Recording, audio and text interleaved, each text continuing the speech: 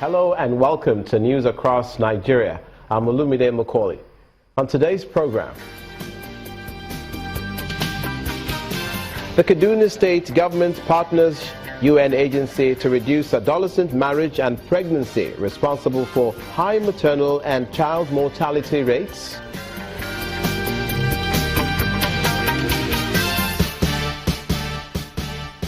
Ondo State government unveils mega primary school infrastructure in Akure, insists on education for all.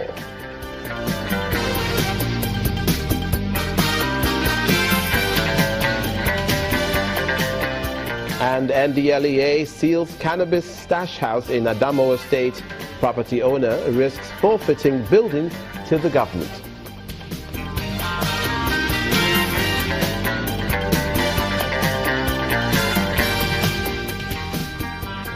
Thank you so much for joining us. We begin with the oil and gas sector and labor. Now, the Minister of Labor, Dr. Chris Ngige, has met the leadership of the Petroleum and Natural Gas Workers NUPENG and the Petroleum and Natural Gas Senior Staff Association of Nigeria, PENGASSN, to trash out the disagreement between the unionists and the oil companies over staff welfare and possibly end their three-day warning strike.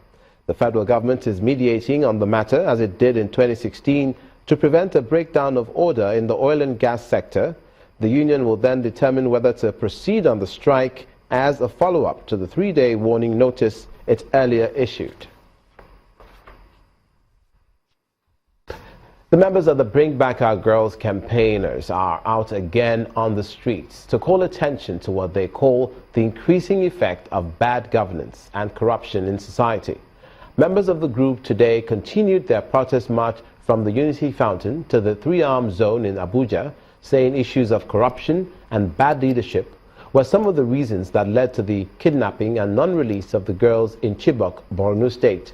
The group is also clamoring for better governance and a probe of all office holders accused of corruption. Now, early marriage and adolescent pregnancy have been identified as factors responsible for the high rate of maternal and child mortality in Nigeria and other developing countries.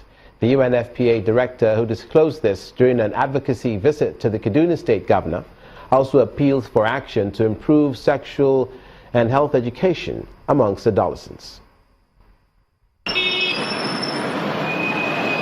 According to the UNFPA, every day in developing countries, 20,000 girls under the age of 18 give birth. This comes to 7.3 million births a year. Back in Nigeria, a study reveals that 73% of girls between 13 and 19 years of age are married in northeastern and northwestern states of the country. This visit by UNFPA officials to Kaduna aims to assess progress in health outcomes and access to education for women and children.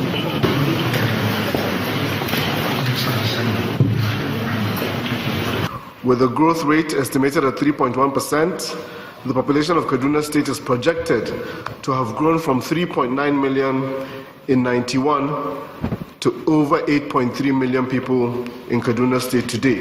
The high population growth in Kaduna State is the result of several years of declining mortality, relatively high birth rates.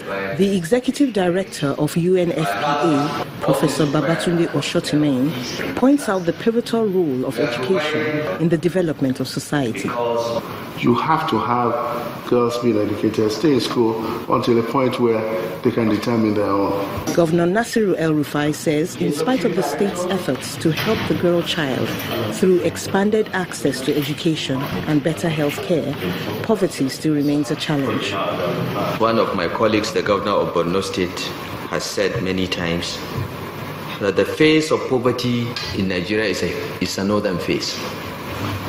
The face of illiteracy, ill health, intolerance, violence and terrorism is mostly a northern face. So as you deploy your resources and your efforts to help Nigeria, bear in mind where the real problems are.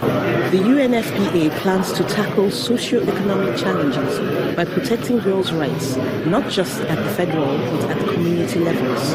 While we'll continue to educate our girl child, we need to also put up a health system that can actually provide support and care for women generally that are pregnant.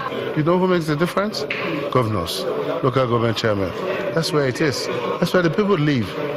So if you can, in your community, make sure that schools are working, clinics are working, you can make sure that you do not marry your girls away at 9. Studies have shown that apart from achieving the well-being of a child, education and poverty alleviation may reduce negative implications of adolescent pregnancy, such as school dropout rates and the incidence of sexually transmitted infections. Now let's bring you the latest briefing from the Nigerian Army on the operations in the northeast in the war against terror. The Army has lost 2 soldiers in another Boko Haram attack close to the Nigerian border with the Republic of Chad. The Theatre Commander of Operations, Lafia Dole, Major General Lucky Rabo, told newsmen today in Maiduguri that the mop-up operation in Sambisa Forest is continuing and that the soldiers have recovered uniforms used by key Boko Haram officers in the production of their videos sent to the public. He also says some books on the manufacture of bombs and use of military hardware were also recovered. Our troops embarked on clearance operation and established contact with the Boko Haram terrorists in Wuge village. A firefight ensued, which of course resulted in 11 of the Boko Haram terrorists killed, while 9 others were captured. As you can find right on the screen, 1 soldier unfortunately was wounded, and the captured Boko Haram terrorists are currently undergoing interrogation. On the 9th of January 2017, about 06:30 hours, own troops deployed between Banki and Dar Jamal. For those of you who know, the road to Banki, conducted clearance patrol towards a known Boko Haram terrorist crossing site, and of course had encounter with insurgents at about 07:15 hours. The insurgents fled, on sighting the troops, and of course they abandoned 1 Honda motorcycle as well as 6 jerrycans, each of them 25 liters, that of course contained AGO. That of course was destroyed in situ. On the 5th, at about 07:45 hours, own troops in conjunction with Sudan JTF conducted clearance operation along Damasak-Gashiga Road. Now the troops successfully cleared Duoma, Asaga, Gashiga and other surrounding villages, and of course the troops dislodged some Boko Haram terrorists that were moving along that axis, perhaps wanting to exploit the border between Nigeria and Niger. Christians in Niger State are calling on the federal government to stop the killings in southern Kaduna. The call was made at the 1-week Universal Week of Prayer for all Christians marked annually for the peace and development of the country in Minna. The group wants President Muhammadu Buhari to improve security in the state.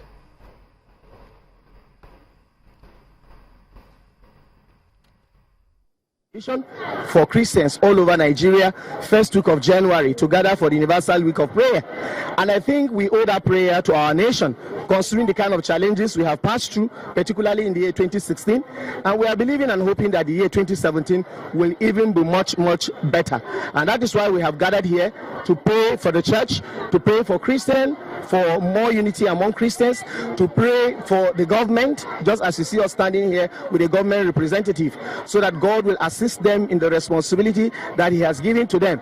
And also we have gathered here to pray for other intentions, especially remembering the IDPs. As a government, we acknowledge the church, and this is a democratic era. We came in not by our own power. Both the Muslims and the Christians voted in for us. So we identify with the church, and we come to ask them to be praying for us to succeed. Our success lies with prayers. And we urge the clergymen, whatever they will do, they should remember the government and the leadership of the state and its cabinet in their prayers. And with prayers from the church, we shall be victorious.